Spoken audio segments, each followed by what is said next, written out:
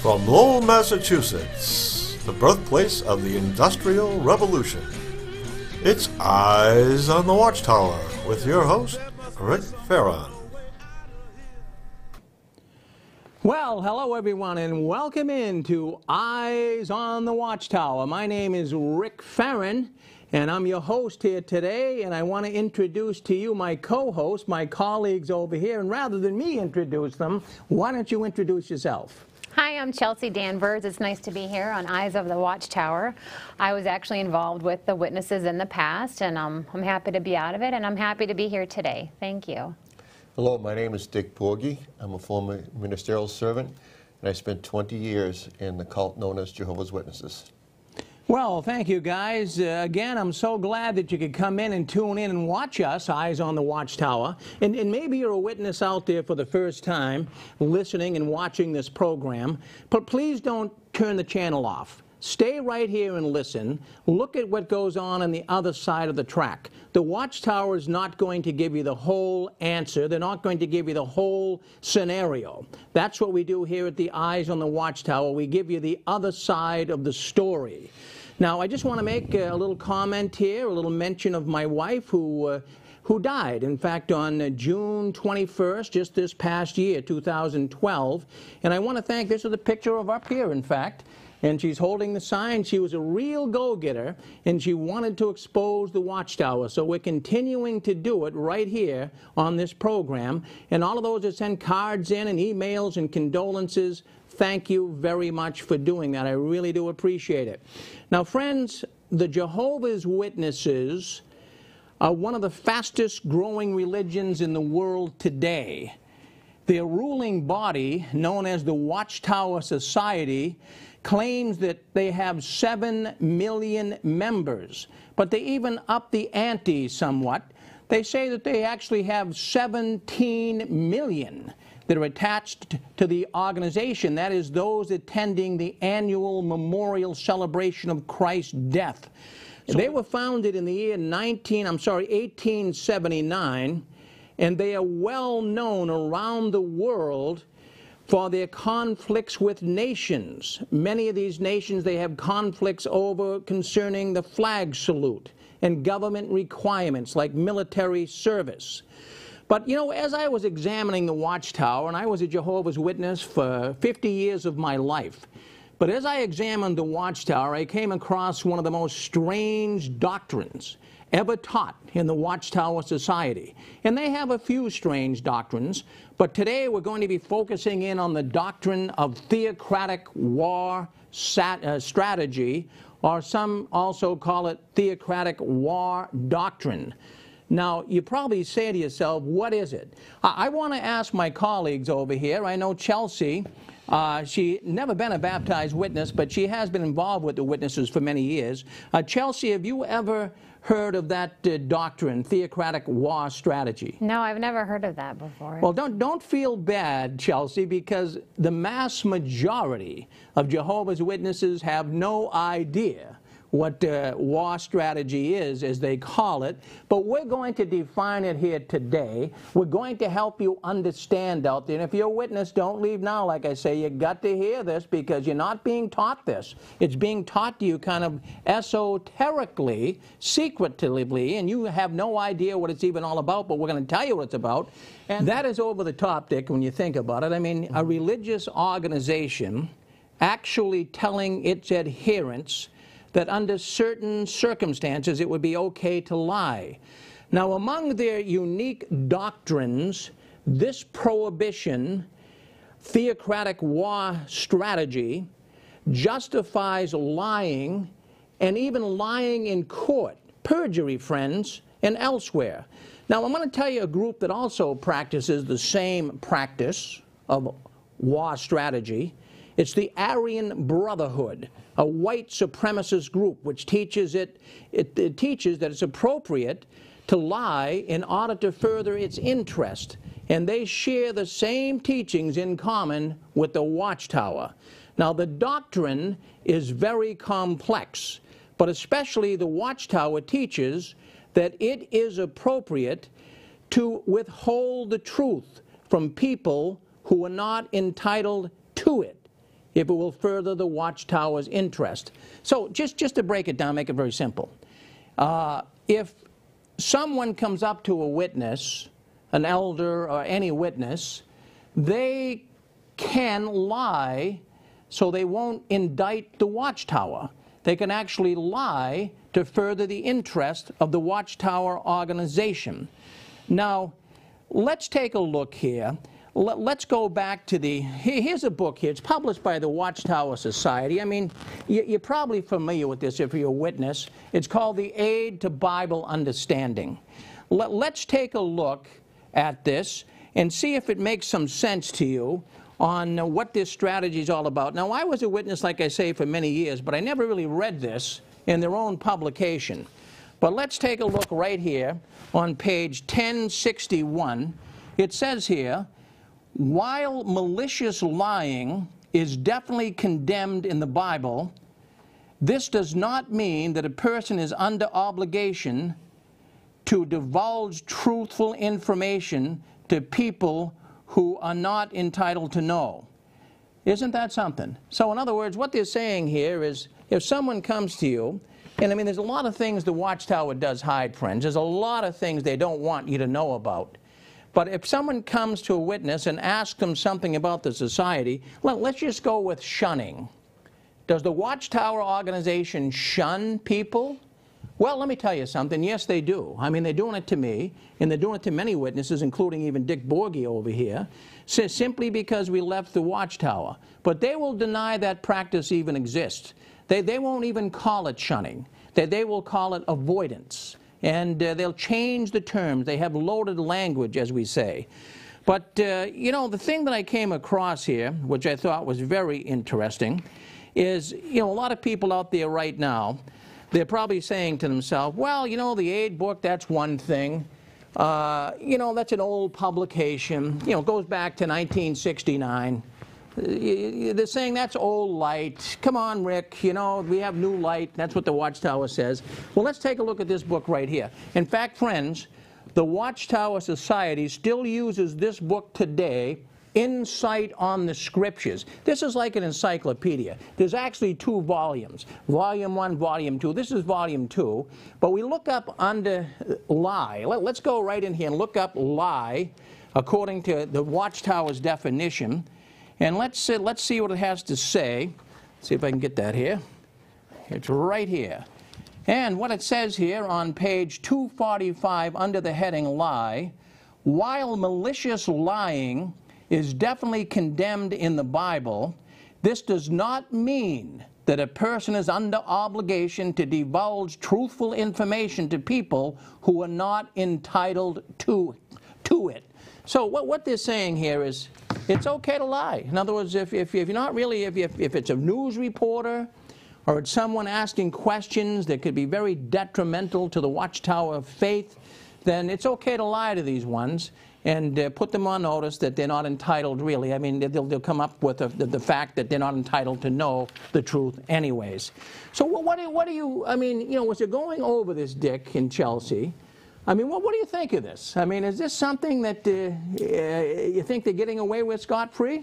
Well, you know, Rick, when you take an oath and you put your hand on the Bible to give testimony in court, you're asked to tell the whole truth and nothing but the truth.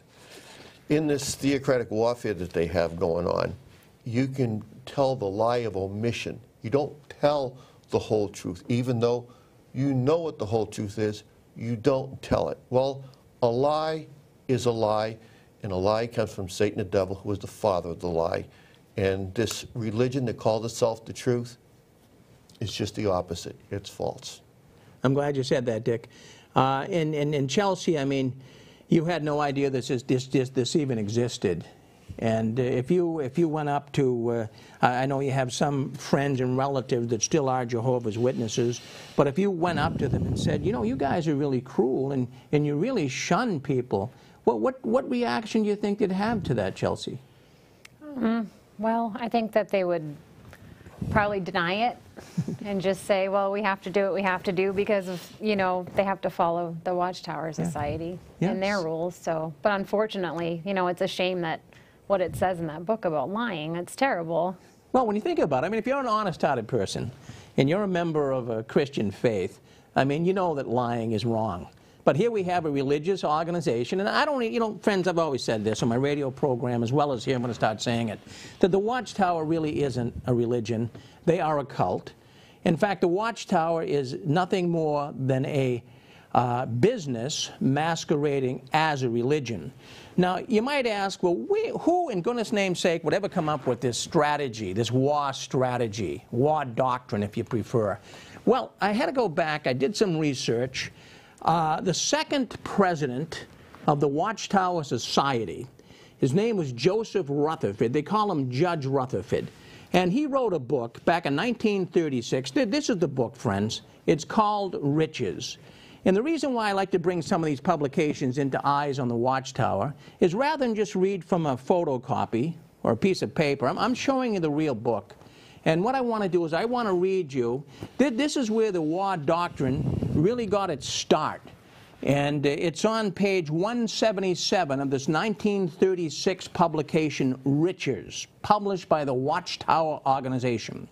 It says, a lie is a false statement made by one another, let's go back. A lie is a false statement made by one to another, one, who is entitled to hear and to know the truth, in which false statements tend to work injury to the other. A false statement made for the purpose of deceiving and working injury to another is a deliberate and malicious act.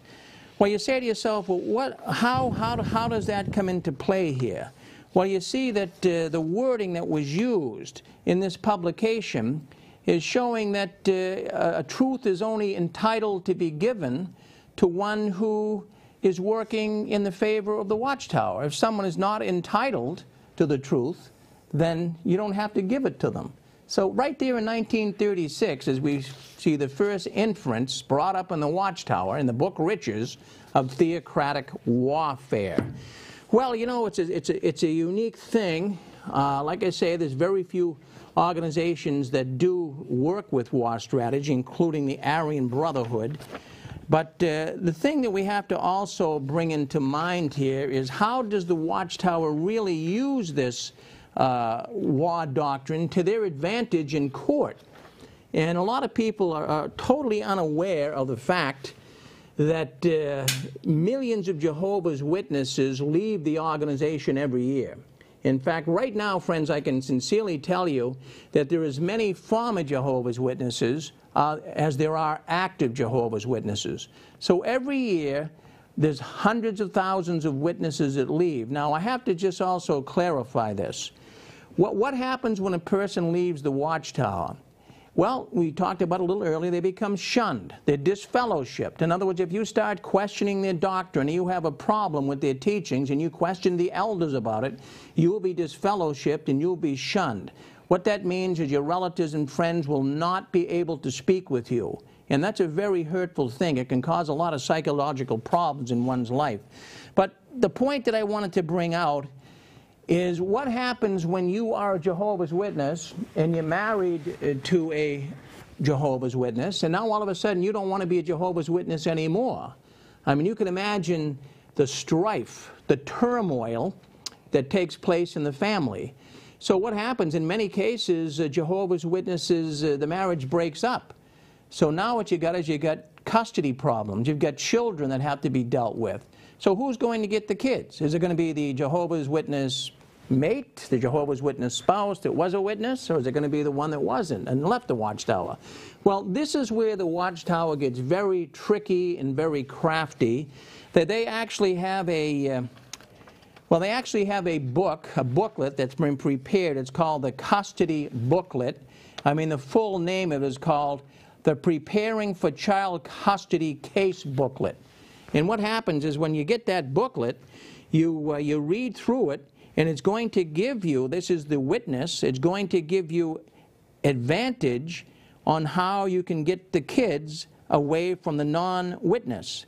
So this is an amazing thing, friends. I mean, the Watchtower prepared this booklet, and in that booklet, we'll go into it further in detail, but in this booklet, it actually It actually tells the witnesses how they should lie in court against their non-witness mate.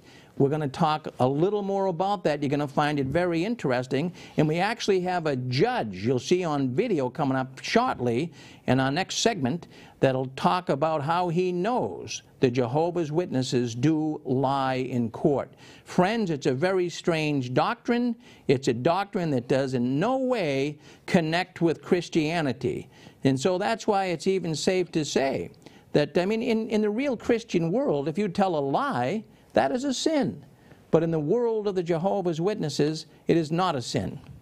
Well, everyone, I want you to stay tuned to this telecast, and we'll take a quick break, and we'll be back in just a short while.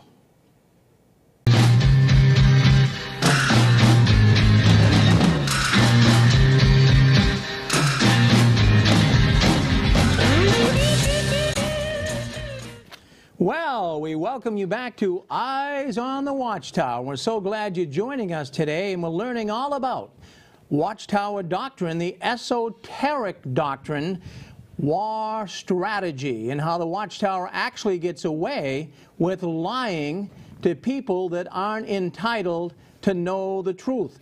Now, where this comes into play for them, as we were saying before the break, is in court cases revolving around child custody. That they have an actual booklet, and the booklet is entitled Preparing Your Child in Child Custody Cases. In fact, it's a booklet that's given to witness parents and helps them to be able to deal with getting the children to be raised as Jehovah's Witnesses rather than be raised as little apostates, so to speak. So anyways, let me just go a little bit on into this somewhat. Watchtower legal battles have become a common ground. I mean, many participants in court have been challenging the Watchtower for custody of their children, but sad to say, many lose because they don't know how prepared the witness mother or father is when they come into the courtroom. See, the war strategy, or this pamphlet, Preparing the Child for Custody, is designed for their internal use in helping members prepare to discuss custody matters in divorce hearings and encourage witness children under oath to present a distorted view of opportunities that a witness child has to assume in the world that they live. Now, we all know there are examples, all of us witnesses know the Watchtower Society, they do have what they call a school brochure that all witnesses have, and they give it to the teachers in their school to put the teachers on notice what the witnesses can do and what the witnesses can't do. Friends, let me just tell you right out front,